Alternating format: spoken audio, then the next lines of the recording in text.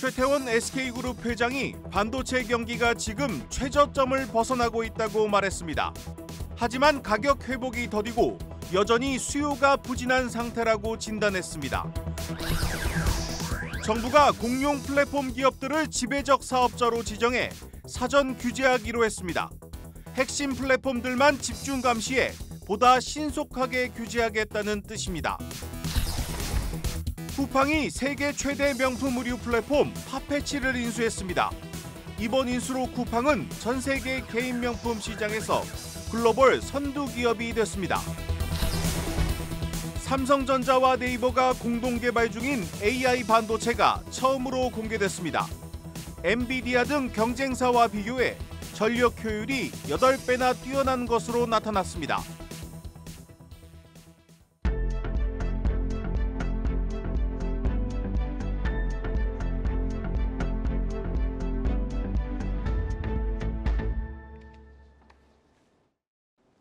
뉴스 플러스 시작합니다.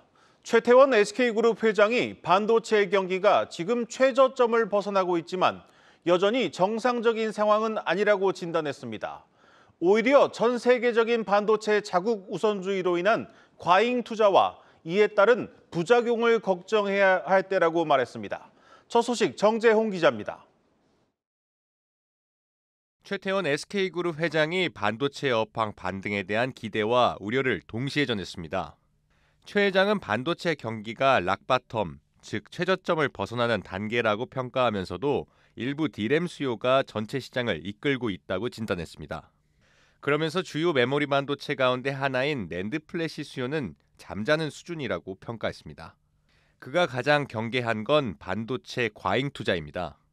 미국 등 패권국들이 자국 내 생산을 우선시하는 반도체 인센티브 정책을 강행하면서 수급 불균형 현상이 나타날 수 있다는 우려입니다.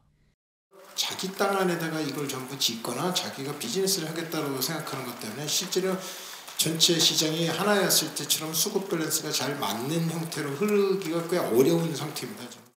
미국 정부의 반도체 보조금 지급으로 이뤄진 미국 내 신규 투자 프로젝트만 40여 개, 규모는 우리 돈 260조 원에 달합니다. 반도체 자립을 꿈꾸는 중국, 또 반도체 부활을 노리는 일본도 자국 우선주의를 내걸면서 기술력과 공장부터 일단 확보하고 보자는 경쟁이 치열합니다. 인공지능 데이터 센터 등 새로운 D램 수요가 창출되고 있지만 자칫 시장 왜곡에 따른 공급 과잉 위기에 직면할 수 있다는 경고입니다. 자칫하면 이제 또 과잉 투자 때문에 상당히 어려워질 가능성이 없지 않아 있는 거고요. 보호무역주의 하다 보니까 자국에서 만든 것만 내가 쓰겠다. 주로 이런 개념으로 자꾸 접근이 되면은 솔직히 우리 같은 처지에 있어서 시작은 작고 생산은 많은 데는 되게 불리한 상황이 되겠죠. AI 붐을 타고 반도체 업황 주기가 빨라지면서 삼성전자와 SK하이닉스는 1년 만에 반도체 적자를 탈출합니다. 인공지능으로 인한 업황 회복과 보호무역주의가 촉발한 과잉 투자 우려가 공존하는 것이 현재 글로벌 반도체 시장의 현실입니다. 한국경제TV 정재홍입니다.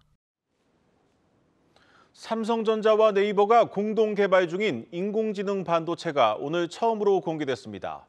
엔비디아와 구글 등 경쟁사와 비교해 전력 효율이 8배나 뛰어난 것으로 나타났습니다. 현장에 나가 있는 취재 기자 연결해 좀 더 자세히 알아보겠습니다. 박혜린 기자, 자세한 내용 전해주시죠. 네, 삼성전자와 네이버가 경쟁사 대비 8배 이상 전력 효율이 뛰어난 AI 반도체를 공개했습니다. 과학기술정보통신부가 주최한 AI 반도체 최고위 전략 대화에서 삼성전자와 네이버 클라우드는 지난 1년간 공동 개발한 AI 반도체를 처음으로 선보였습니다.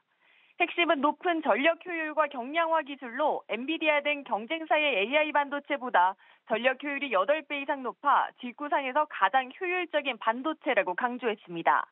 고대역폭 메모리가 아닌 모바일용 제품에 들어가는 LPDDR5X를 탑재해 전력 효율과 수율 문제를 모두 해결한 덕분입니다.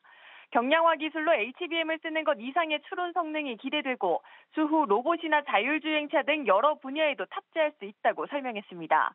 양사는 상용화도 머지않았다며 향후 삼성과 네이버의 신성장 동력이 될 것이라고 기대했습니다. 초거대, 굉장히 큰 모델의 사이즈를 돌릴 수 있는 지금 지구상에서 가장 전력 효율적인 반도체다 이렇게 보시면 되겠습니다. 언어 모델뿐만 아니라 뭐 자동차라든가 로봇이라든가 이런 쪽까지도 좀 들어가 볼 생각이고요. 양사 경영진들이 내년부터는 네이버와 삼성전자의 굉장히 큰 신성장 동력으로 좀 삼아보자 이런 얘기가 많이 있었습니다. AI 반도체 최고의 전략 대화를 주관한 이종욱 과기정통부 장관은 세계 최고의 AI 컴퓨팅 인프라를 확보할 수 있도록 정부도 노력하겠다고 말했습니다. 저전력 고성능의 AI 컴퓨팅 인프라를 갖추는 것이 매우 중요합니다. 우리나라가 세계 최고 수준의 AI 컴퓨팅 인프라를 확보할 수 있도록 더욱 힘을 모아주시기를 부탁드리겠습니다. 이 장관은 국내 AI 반도체 관련 기업들을 적극 지원해 전 국민이 AI를 활용하도록 하는 AI 대중화 시대를 열겠다고 말했습니다. 지금까지 AI 반도체 최고의 전략 대화 현장에서 한국경제TV 박혜린입니다.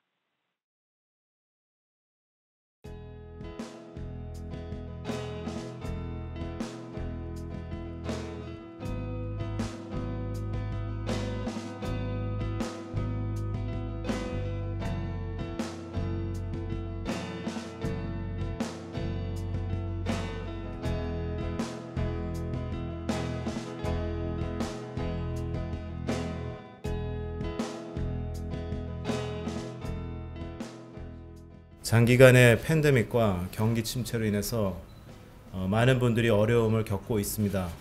저희는 그분들이 아픔을 공감하고 함께 희망을 바라보는 것이 기업의 중요한 역할이라고 생각하고 있습니다.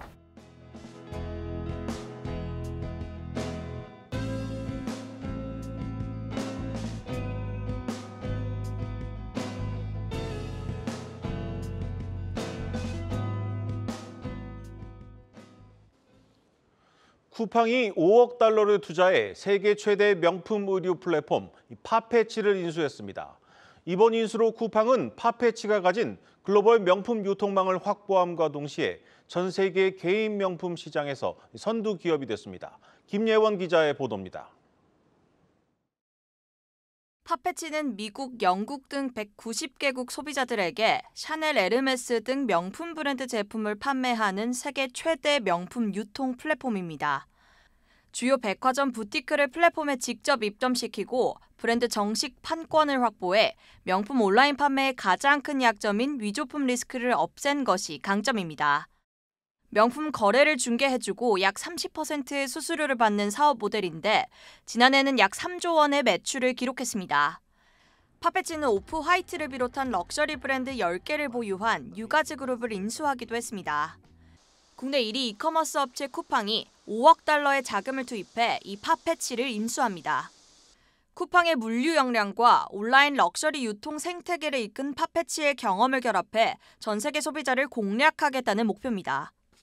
김범석 쿠팡 INC 의장은 세계에서 가장 독보적인 브랜드에 대한 고품격 경험을 제공하는 데 주력할 것이라고 밝혔습니다. 이번 인수를 통해 쿠팡은 오프화이트 등 백화점 명품 브랜드를 보유함과 동시에 파페치의 글로벌 명품 유통망을 흡수하게 됐습니다.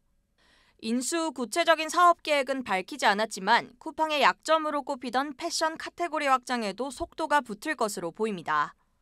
실제 쿠팡에서 의류를 구매하는 소비자 비중은 16.3%에 불과했는데 이는 경쟁사인 네이버 쇼핑의 절반 수준입니다.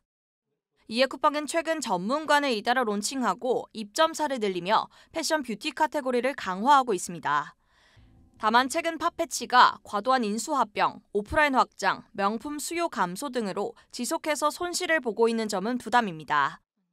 또 한국을 포함해 대표적인 명품 소비국인 중국과 미국 명품 시장 성장이 둔화되고 있는 것도 과제입니다. 한국경제TV 김예원입니다. 최상목 부총리 겸 기획재정부 장관 후보자가 주식 양도소득세 대주주 요건 완화를 시사했습니다. 또 올해 말로 끝나는 임시 투자세액 공제를 내년까지 연장하겠다는 뜻도 밝혔습니다. 이 청문회가 열리는 국회에 나가 있는 취재 기자 연결합니다. 전민정 기자, 오늘 청문회 내용 전해주시죠. 네, 오늘 국회에서 열린 인사청문회에서 최상목 부총리 겸 기획재정부 장관 후보자는 주식 양도소득세 완화 등 굵직굵직한 경제 현안에 대한 입장을 밝혔습니다. 우선 최 후보자는 대주주 양도세 기준과 관련해 과세 형평성이 중요한 일반 근로소득세와 달리 자산, 국가 간 자본 이동성에 영향을 미칠 수 있다며 대내외 경제 여건 등을 고려해 종합적으로 결정할 문제라고 언급했습니다. 앞서 청문회 질의 답변서에선 결정된 바 없다고 선을 그은 것과 비교해보면 보다 진전된 발언으로 경제 여건에 따라 주식 양도세 대주주 요건을 완화할 수 있다는 의미로 풀이됩니다. 현재 대통령실과 정부는 대주주 양도세 부과 기준을 현행 10억 원 이상에서 30억 원 이상 또는 50억 원 이상으로 조정하는 방안을 검토 중인 것으로 알려졌는데요. 주식 양도세 기준 완화는 소득세법 시행령만 고치면 되기 때문에 국회 입법 절차가 없더라도 정부 단독으로 추진할 수 있습니다. 이에 따라 일각에선 정부가 이르면 이번 주 중 관련 방안을 발표할 것이란 전망이 나옵니다. 다만 지난해 12월 여야 합의로 2024년까지 대주주 양도세 기준을 현행대로 유지하기로 한 만큼 야당과의 관계는 풀어야 할 숙제로 남아 있습니다. 최 후보자는 이와 함께 내년 임시투자 세액공제 연장도 적극 검토하겠다는 입장을 내비쳤는데요. 임시투자 세액공제는 직전 3년 동안 연평균 투자 금액을 초과해 투자할 경우 증가분의 10%를 추가로 세액공제해 주는 조치로 올 한 해 반도체 등 국가전략 기술에 투자할 경우 대기업과 중견기업은 최대 25%, 중소기업은 35%의 세액공제 혜택을 받을 수 있었습니다. 하지만 경영계에선 제도 시행 기간이 1년으로 짧아 실제 기업 투자로 이어지긴 힘들다는 지적이 나왔고 추가 연장을 요구해왔습니다. 이에 최 후보자도 저성장 고비를 벗어나기 위해선 기업의 투자 물꼬를 터야 한다는 데 공감하고 임투세 공제 연장을 시사한 것으로 해석됩니다. 이 내용은 내년 1월 발표되는 2024년 경제정책 방향에도 담길 것으로 보이는데요. 다만 세제 조치 연장을 위해서는 국회에서 관련 법 개정이 필요한 만큼 실제 논의 결과는 지켜봐야 합니다. 한편 최 후보자는 앞서 청문회 모두 발언에선 건전재정 기조를 유지하면서도 물가, 가계부채, 부동산 PF 관리를 통해 민생 안정에 역점을 두겠다고 강조하며 2기 경제팀의 청사진을 제시하게 됐습니다. 지금까지 국회에서 전해드렸습니다. 윤석열 대통령이 오늘 국무회의에서 거대 온라인 플랫폼 기업들의 독과점 문제를 강력히 비판했습니다. 정부가 공용 플랫폼 기업을 사전에 지배적 사업자로 지정해 규제하는 가칭 플랫폼 경쟁 촉진법을 만들기로 했습니다. 임동진 기자입니다. 윤석열 대통령이 오늘 온라인 플랫폼 기업들의 독과점 문제에 강력 대응해 나갈 것임을 시사했습니다. 윤 대통령은 소상공인들이 온라인 플랫폼에 광고료와 수수료를 내고 나면 남는 것이 없다면서 독과점 구조가 고착화되면 소상공인들이나 소비자들은 다른 서비스로 갈아탈 수 없고 선택의 자유를 잃게 된다고 지적했습니다. 그러면서 독점력 남용 문제를 고치기 위해 부처 간 협력을 강화하고 규율할 수 있는 제도를 마련해야 한다고 강조했습니다. 소비자들의 권익을 침해하여 독점적 이윤을 추구하는 행위에 대해 시정 노력과 함께 강력한 법 집행을 할 것입니다. 윤 대통령의 지시에 따라 정부는 플랫폼 공정경쟁 촉진법 제정에 나섭니다. 네이버와 카카오, 쿠팡, 구글 등 플랫폼 공룡들을 지배적 사업자로 사전 지정하고 감시를 강화하는 것이 핵심입니다. 구체적으로 매출액과 이용자 수, 시장 점유율 등을 바탕으로 지배적 사업자를 정하고 자사 우대나 이용자의 경쟁 플랫폼 거래 방해 행위 금지 등을 의무화하는 내용이 담길 예정입니다. 정부의 움직임에 플랫폼 업계는 섣부른 사전 규제는 불필요한 물가 상승을 초래할 수 있고 소비자 후생의 후퇴로 나타날 것이라고 지적합니다. 또한 국내 기업들의 성장 동력이 약화될 것이라고 우려를 나타내고 있습니다. 국내 플랫폼이 오히려 경쟁력이 떨어져서 해외 진출이 사실상 힘들어질 것으로 보입니다. 공정거래위원회는 법 마련에 속도를 내겠다는 입장이지만 과잉, 중복 규제라는 부정적인 견해가 있고 국회에서도 반발이 나오고 있는 만큼 실제 법 제정까진 난항이 예상됩니다. 한국경제TV 임동진입니다.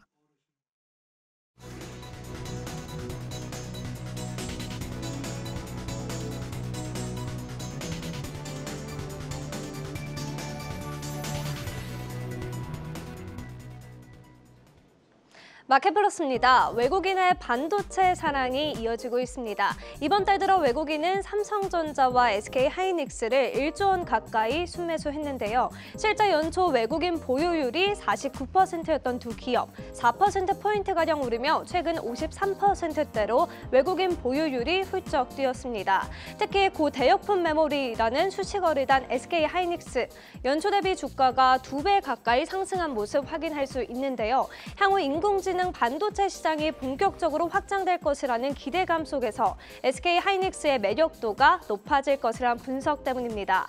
실제 전날 골드만삭스는 SK하이닉스의 목표 주가를 17만 원으로 제시하며 SK하이닉스는 고대역폭 메모리 HBM 시장의 선도주자로 올라설 것이라고 전했는데요. 더불어 KB증권도 오늘 리포트를 내고 SK하이닉스가 미국 반도체 기업인 마이크론을 넘어설 것이라며 현재 마이크론이 HBM 경쟁력, DM 점유율, 또 수익성 등이 SK하이닉스보다 떨어지고 있다라고 진단했습니다. 이어 내년엔 SK하이닉스의 주가가 16만 원을 달성하며 시총이 적어도 120조 원을 달할 것으로 마이크론의 시총을 넘어설 것이라고 덧붙였습니다. 증권가의 전망을 좀 분석해 보면요. 향후 SK하이닉스의 목표 주가는 16만 원에서 17만 원으로 상승 여력이 20% 정도 더 남아있다고 해석할 수 있습니다. 다음 소식입니다. 외국인과 개인의 수급 통상 엇갈렸는데요. 최근에 외국인과 개인의 마음이 통한 종목이 있었습니다. 둘 다 두산 로보틱스를 사들인 건데요. 오늘 두산 로보틱스 장중 52주 신고가를 기록하기도 했지만 장중에는 외국인의 변심이 이어지며 주가는 하락 전환했습니다. 다만 최근까지 외국인과 개인의 매수세가 이어지며 주가는 이번 달 들여 약 15%가량 뛰었는데요. 현재 두산 로보틱스의 3분기 실적 좀 살펴보면요. 누적 매출액은 362억 원, 또 영업손실은 161억 원으로 적자가 확대되고 있는 상황입니다. 투자자들의 투자 포인트는 바로 성장성입니다. 영업이익은 적자지만 꾸준히 매출액이 늘고 있기 때문인데요. 향후 협동 로봇 시장이 더 커질 것이라는 기대감과 또 두산 로보틱스가 이제 성과를 보일 것이라는 기대감이 반영된 건데요. 6개의 관절로 팔 모양을 구현해 사람과 함께 협동해 작업의 효율성과 안전성을 높일 수 있는 로봇을 제작하고 있는 두산 로보틱스. 최근 제품 라인업을 2018년 기준으로 4개에서 2022년에는 13개로 확대하며 높은 매출 성장을 기록했고요. 2026년까지는 17개로 확대해 매출 성장을 더욱해서 이어나간다는 계획입니다. 느리지만 꾸준히 성장해 나간다는 것이죠. 실제 두산 로보틱스는 한국경제TV와의 인터뷰에서 높은 기술력과 해외 진출 등 차별화된 투자 전략을 통해서 내년에 흑자 전환이 가능하다고 강조한 바 있습니다. 지금까지 마켓플러스였습니다.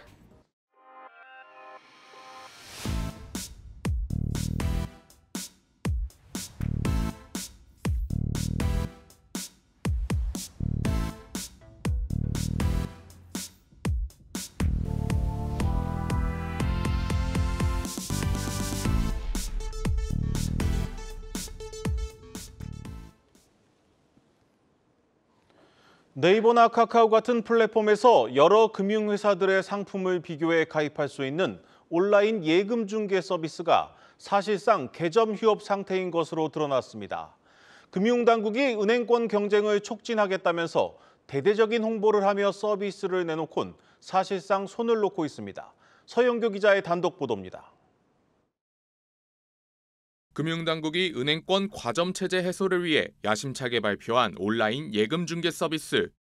은행들이 예금 고객을 확보하기 위해 경쟁적으로 높은 금리를 제시하고 그 결과 금융소비자 편익도 커질 거란 게 당초 정책을 추진한 배경이었습니다. 금융위원회는 올해 3월 서비스 계획을 발표하면서 예금 중개 시장 규모가 최대 60조 원에 달할 것이라고 전망하기도 했습니다. 하지만 지금까지 실적은 초라하기만 한 모습입니다. 한국경제TV가 민병덕 의원실을 통해 서비스 운영 현황 자료를 입수했는데 서비스가 처음 출시된 지난 6월부터 11월까지 6개월간 중개 규모는 314억 원에 불과했습니다. 특히 금융당국으로부터 중개 서비스 사업자로 지정된 25개 업체 중 지금까지 서비스를 출시한 건 3곳에 불과했습니다.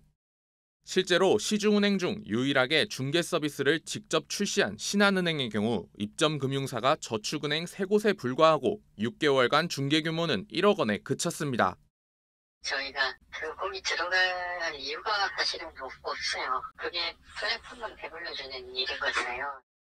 금융위는 이르면 올해 말부터 파킹 통장 같은 수시 입출식 상품도 중개 대상에 포함시킬 계획이었지만 서비스 추이를 보며 시기를 재검토하기로 했습니다. 좀 더 봐야 되겠지 않을까요? 20몇 개 중에서 지금 이제 3개니까 어떤 성과나 그런 것은 아직은 이제 보기는 좀 어렵잖아요. 금융당국이 애초 기대했던 은행권 경쟁 촉진 효과 역시 미미하다는 분석입니다. 은행이 소비자들, 즉 예금하려고 하는 사람들에 대해 무슨 이익을 얼만큼 준다라는 것들을 정확히 얘기를 해야 되는데 지금 그러고 있지 않은 거잖아요. 과점 체제가 해소되지 않았다고 보이는데요. 당국이 금융권과 충분한 소통 없이 은행권 과점 해소라는 명분만 앞세운 채 설익은 대책을 내놓은 게 아니냐는 지적이 제기됩니다. 한국경제TV 서영교입니다. 이어서 또 다른 금융정책의 실패 사례입니다. 5년간 월 최대 70만 원씩 저금하면 목돈 5천만 원을 만들어주겠다던 이 청년 도약계좌. 올해를 대표하는 정책 금융상품 중 하나입니다. 그런데 정부의 기대와는 달리 지금까지 청년 가운데 단 5%만 가입한 것으로 나타났습니다. 김보미 기자입니다. 지난달 기준 청년 도약 계좌 누적 가입자 수는 약 48만 명. 전체 가입 대상자 1,034만 명 중 5%도 채 되지 않습니다. 금융위원회가 추산한 예상 가입자 약 306만 명에도 한참 못 미치는 수준입니다. 심지어 벌써부터 중도 해지를 택하는 이들도 등장했습니다. 고금 상황에서 생활이 어려우니까. 그다음에 중간에 결혼이라든지 출산 이런 것 때문에 해지를 하게 되면 비과세 혜택이 없잖아요.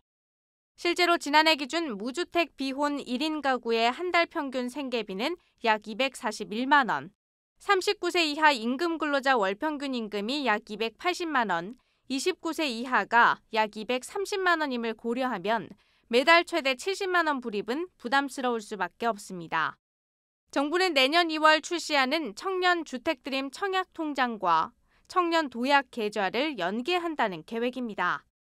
청년 도약 계좌의 만기 수령금을 청년드림 청약통장에 최대 5천만 원까지 일시 납입할 수 있도록 해서 가입 수요를 끌어올리겠다는 겁니다. 하지만 실효성을 높이기엔 여전히 역부족이라는 분석입니다. 만기가 5년으로 길고 정부 기여금과 비과세 혜택이 유지되는 중도 해지 사유도 여전히 제한적인 수준에 머물러 있기 때문입니다. 청년 도약 계좌와 연계된 청년 주택드림 청약통장의 경우 분양가 6억 원 이하 주택만 해당된다는 점에서 처음부터 접근성이 떨어진다는 지적도 나옵니다. 수도권 특히 서울 같은 경우에는 8호제곱미터 이하 6억 원 이하 분양가가 아예 없잖아요. 최소 9억 원까지는 상향 조정을 해. 그래야지 실질적인 지원 효과가 있지. 청년 자산 형성이라는 본래 취지가 퇴색되고 생색내기에 그칠 수 있다는 우려가 커지고 있습니다. 한국경제TV 김보미입니다. 오늘 뉴스플러스는 여기까지입니다. 함께해 주신 여러분 고맙습니다.